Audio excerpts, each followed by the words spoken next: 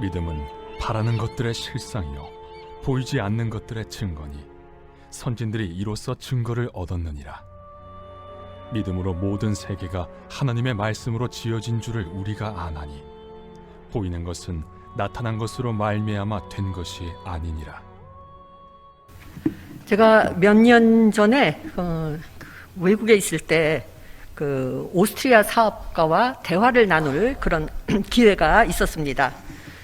그런데 대화 도중 종교에 대한 이야기가 나오게 되었습니다. 이 사업가가 저에게 이렇게 말합니다. 종교는 위험한 것입니다. 이 이야기를 나눌 당시는 2016년이었던 거로 제가 기억하는데요. 바로 그로부터 한두 달 전에 독일의 뮌헨에서 무슬림에 의한 총기 난사 사건이 있었습니다. 굉장히 큰 사건이었습니다. 이 독일의 바로 옆이 오스트리아였기 때문에 더욱더 그런 위기의식을 느꼈던 것 같습니다. 그래서 이 오스트리아 사업가는 종교는 위험한 것, 이렇게 아주 단정을 하면서 말을 하더군요. 이 가끔 자신이 믿는 종교에 대한 충성이라는 명분으로 이러한 사건들이 일어나는 것을 저희들은 심심찮게 신문 지상을 통해 접하게 됩니다. 이러한 사건들은 아마도 종교적 교리에 대한 광신적인 집착 때문에 일어난 일일 것입니다. 자신이 알고 있는 교리가 바로 진리이고 그렇지 않은 것은 잘못된 것이라는 생각을 가지게 될 때 이는 단순한 논쟁의 범위를 벗어나 분쟁이 일어나게 되고 심지어는 전쟁까지도 발생하게 합니다. 오늘 설교 제목은 이신칭의입니다. 이신칭의는 여기 계신 분들이 다 잘 아시는 바대로 믿음으로 말미암아 이신 의인이라 칭해진다. 칭의, 이러한 뜻입니다. 믿음은 교리 체계의 영역 밖에 있는 것입니다. 믿음과 교리는 별개의 것입니다. 그런데 종종 우리들은 교리가 바로 자기의 믿음이다라고 교리와 믿음을 혼동할 때가 있습니다. 믿음은 교리보다 훨씬 넓고 크신 주님과의 만남을 통해 그때야 비로소 믿음이 생기는 것입니다. 교리는 듣거나 아니면 학습해서 습득이 되는 것이지만 진정한 믿음은 하나님과의 만남을 통해 그 체험을 통해 시작이 됩니다. 그리고 주님과의 계속적인 소통을 통해 신앙이 성장합니다. 그렇기 때문에 믿음과 교리는 다른 것입니다. 오늘 말씀에서는 1절에서 믿음을 이렇게 정의하고 있습니다. 믿음은 바라는 것들의 실상이요 보이지 않는 것들의 증거라. 이게 우리말로 읽으면은 금방 이해가 되지 않습니다. 그래서 약간 생각을 해야 됩니다. 그러나 이렇게 쓰인 원어는 그리스어인데 그리스어로 읽으면은 뜻이 그렇게 어렵지 않습니다. 명백하고 단순합니다. 그리스어에서는 이렇게 말하고 있습니다. 믿음이란 희망하는 것들에 대한 확신이요. 우리말로는 실상이라고 번역이 되어 있지만 확신이라고 되어 있습니다. 믿음은 희망하는 것들에 대한 확신이요. 무슨 말입니까? 희망하는 것, 바라는 것들이 이루어질 것임을 확신하는 것이고 보이지 않는 것들에 대한 확증, 증거가 아니라 확증이라는 말을 쓰고 있습니다.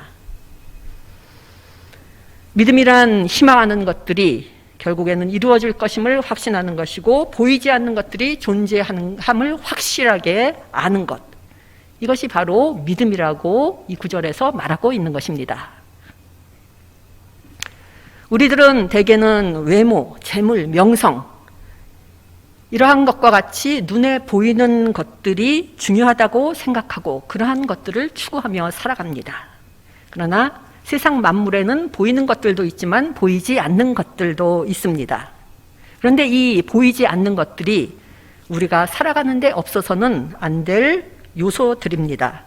예를 들어 산소와 질소는 우리 눈에 보이지 않지만 우리가 살아가는 데 있어서 필수 불가결한 요소들입니다. 흔히 신앙에 대해서 말할 때, 그리고 하나님의 존재에 대해서 말할 때 하나님이란 없다 이렇게 생각하는 분들이 많습니다. 그래서 하나님은 있다, 사후세계가 있다, 영혼이 있다 이렇게 말하는 것은 비과학적이다 하고 말씀하시는 분들이 계십니다. 그런데 저는 그렇게 말하는 것이야말로 비과학적이다 이렇게 생각합니다. 왜냐하면 과학이란 무엇인가요? 과학이란 아직 입증되지 않은 것, 보이지 않는 것들에 대한 가설, 그것이 있다, 입증된다 하는 가설을 세우고 그것이 타당하다, 맞다 하는 것을 입증하는 것이 바로 과학입니다.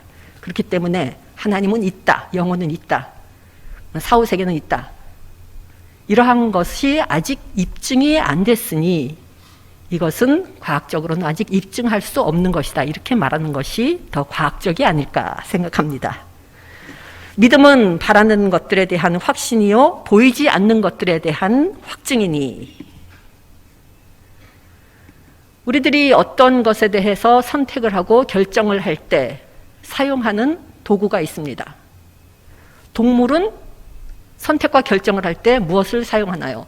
본능이라는 것을 사용합니다. 인간도 본능을 사용하지만 그래서 한 걸음 더 나아가 이성이라는 것을 사용합니다. 그런데 인간 중에서도 신앙인인 우리들은 본능과 이성 외에 한 가지 것을 더 사용합니다. 믿음입니다. 믿음에 의하여 선택하고 믿음에 의하여 결정하고 믿음에 따라 행동합니다. 신앙인의 힘은 본능과 이성 뿐만이 아니라 그보다 더 중요하게 하나님께 대한 믿음에서 다른 인간들에게서는 볼 수 없는 신앙인의 힘이 나옵니다. 그리고 이 신앙의 힘은 겨자씨와 같이 작을지라도 산을 옮길 수 있을 만한 거대한 힘을 지니고 있습니다. 이러한 힘이 있기 때문에 믿음을 가지고 있는 사람은 자신의 현재의 모습이 땅을 기어다니는 송충이와 같을지라도 주님께서 이루시고자 하는 나의 모습은 하늘을 날아다니는 나비와도 같은 존재임을 압니다. 그렇기 때문에 신앙인은 아름다운 나비의 모습을 그리며 믿음의 힘으로 나비가 되고자 선택하고 순간순간 결단하고 행동합니다. 이것이 참된 신앙인의 모습일 것입니다.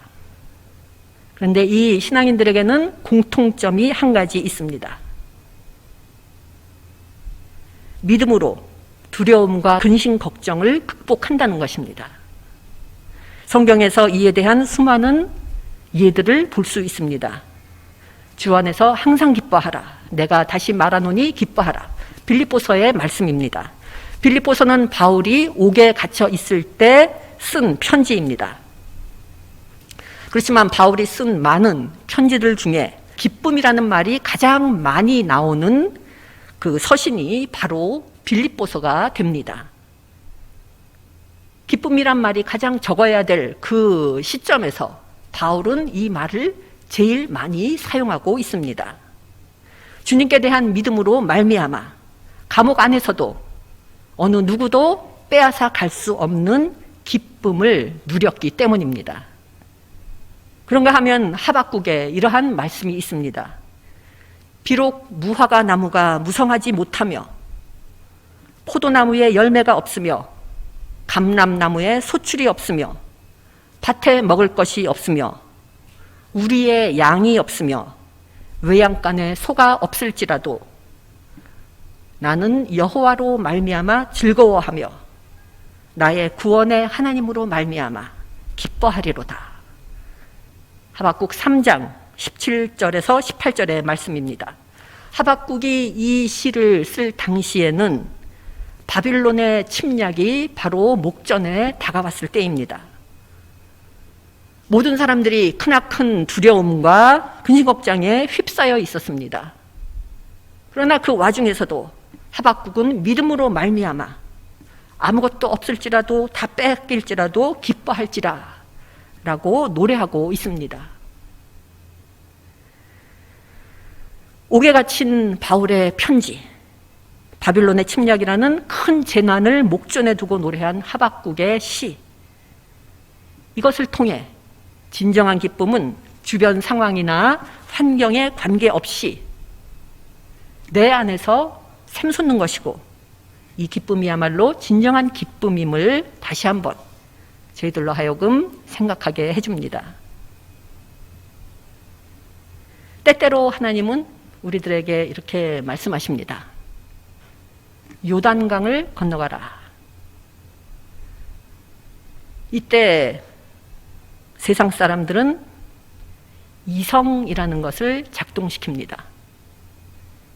우리의 이성은 데이터와 논리를 바탕으로 요단강을 건너는 것은 위험한 일이라고 말을 해줍니다. 그렇기 때문에 그렇게 해서는 안 되겠다라고 하는 결론을 내립니다. 신앙이 등장하는 때가 바로 이때입니다. 이때 신앙인은 믿음이라는 엔진을 작동시킵니다.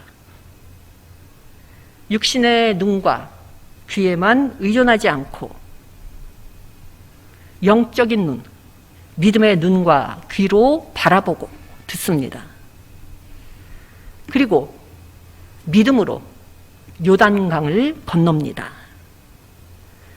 아무리 요단강물이 불어났다 할지라도 그 속에서도 주님께서 역사하심을 믿기 때문입니다. 이것이 바로 신앙입니다. 믿음입니다.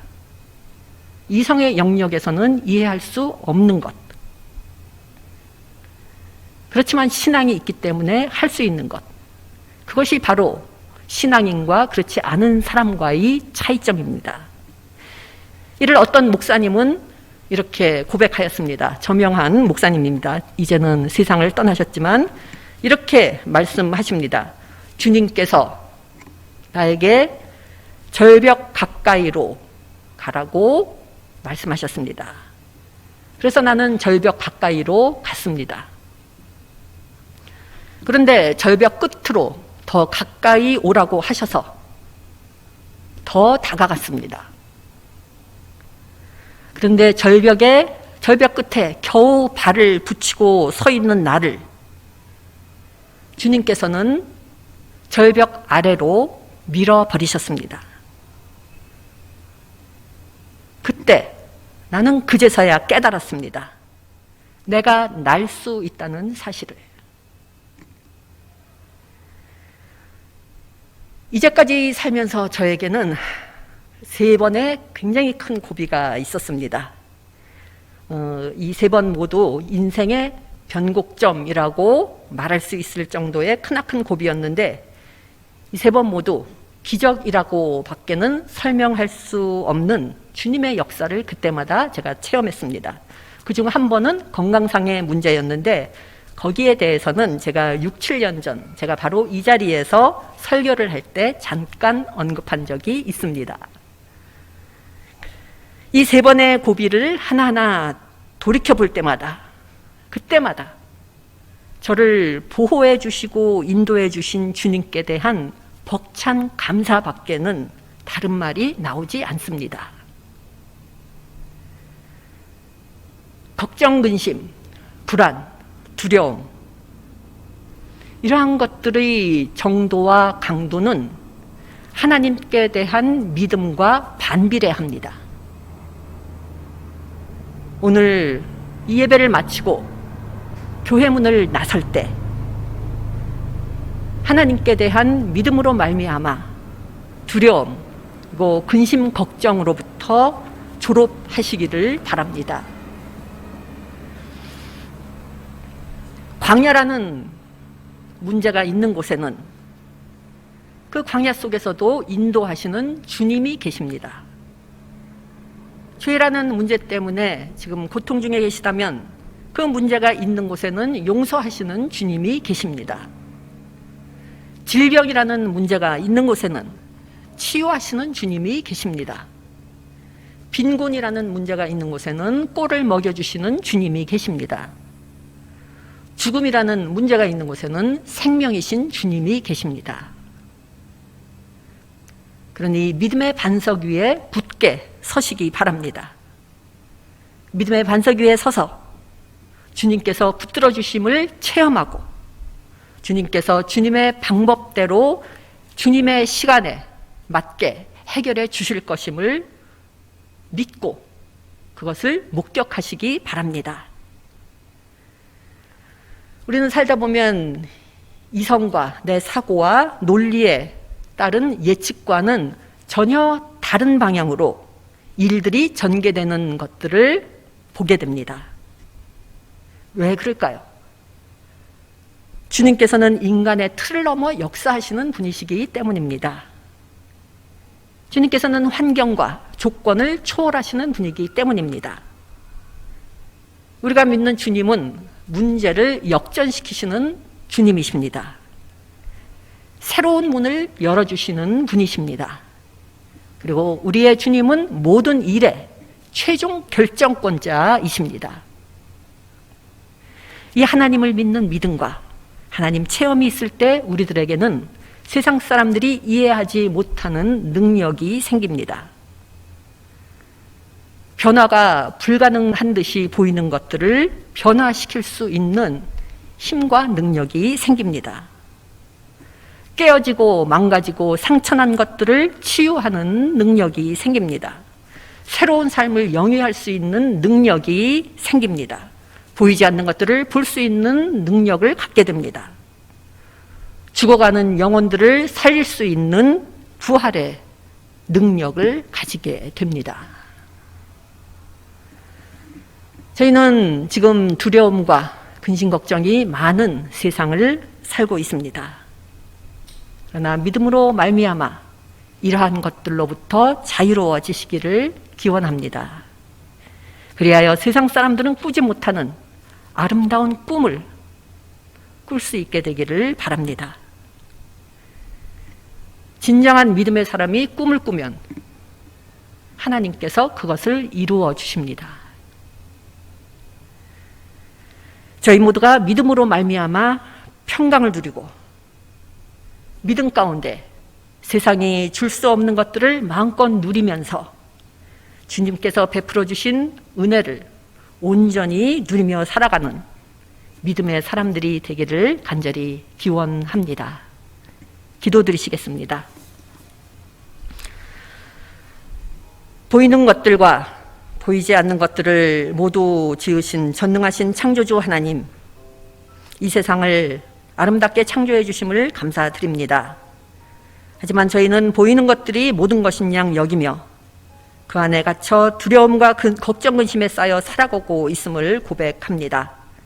간절히 기도드리옵기는 보이는 것들에 저희들의 마음이 흔들리지 않게 하시고 굳건한 믿음 가운데 참된 평화와 기쁨과 자유를 누리는 의인의 길을 걷는 축복을 허락하여 주시옵소서.